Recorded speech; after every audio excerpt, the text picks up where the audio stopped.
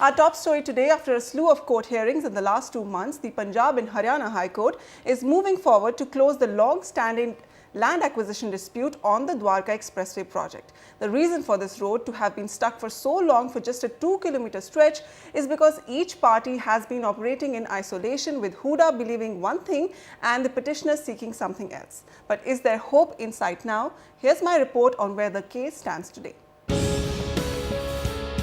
A crucial week for the new administrator at Gurgaon's Haryana Urban Development Authority.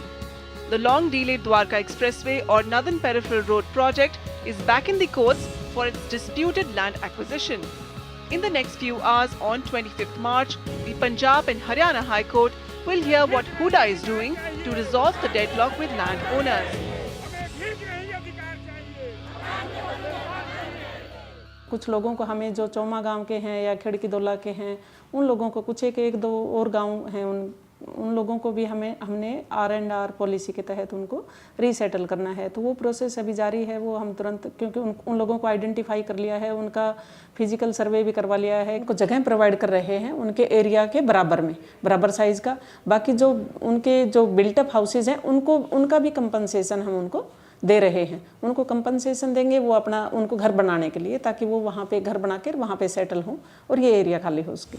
The Huda administrator for Gurgaon anticipates that clearing these legal roadblocks could take 1.5 to 2 years for the Dwarka Expressway project. The landowners and plot holders on whose petition the court has halted the construction of the Dwarka Expressway on a 2-kilometer stretch since the last 7 years have another story to tell. While the petitioners say the list of beneficiaries stands at around 750, Huda is firm on its list of 319. They claim that Huda failed to initiate an out-of-court settlement with them as directed by the High Court before the upcoming hearing on 25th March. The plot holders say they will be made to pay high circle rates, which is unacceptable, and sectors 110A and 37C, which are being considered for settlement, lack basic infrastructure for them to live. Their new plea to the High Court would be to seek realignment of the Dwarka Expressway, citing multiple failures of Huda to offer an agreeable settlement package. This disconnect between the petitioners and Huda is not new. Administrator after administrator, the same lines have been mouthed, but with no results. Flat owners are unable to move into their homes for lack of seamless connectivity, and investors are unable to sell off due to poor sentiments.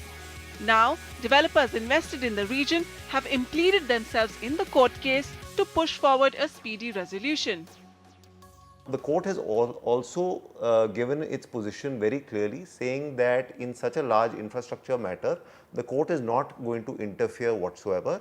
However, on a humanitarian ground, whatever best can be given to these petitioners under the rehabilitation policy should be considered by the government of Haryana and should be given to them. And that's all that's happening. So there is nothing to fear that it's going to take a very long time or it's going to take 2 years. I think these fears are unfounded, and really I feel the person to really be talking to in this matter is probably the Chief Secretary, Principal Secretary, Government of Haryana for Town and Country Planning, because the matter is being handled more from Chandigarh than from Gurgaon. The fate of more than 100 projects and thousands of home buyers is tied to the Dwarka Expressway's completion, and all eyes are on the Gurgaon administration to bring closure to this long-raging land acquisition dispute.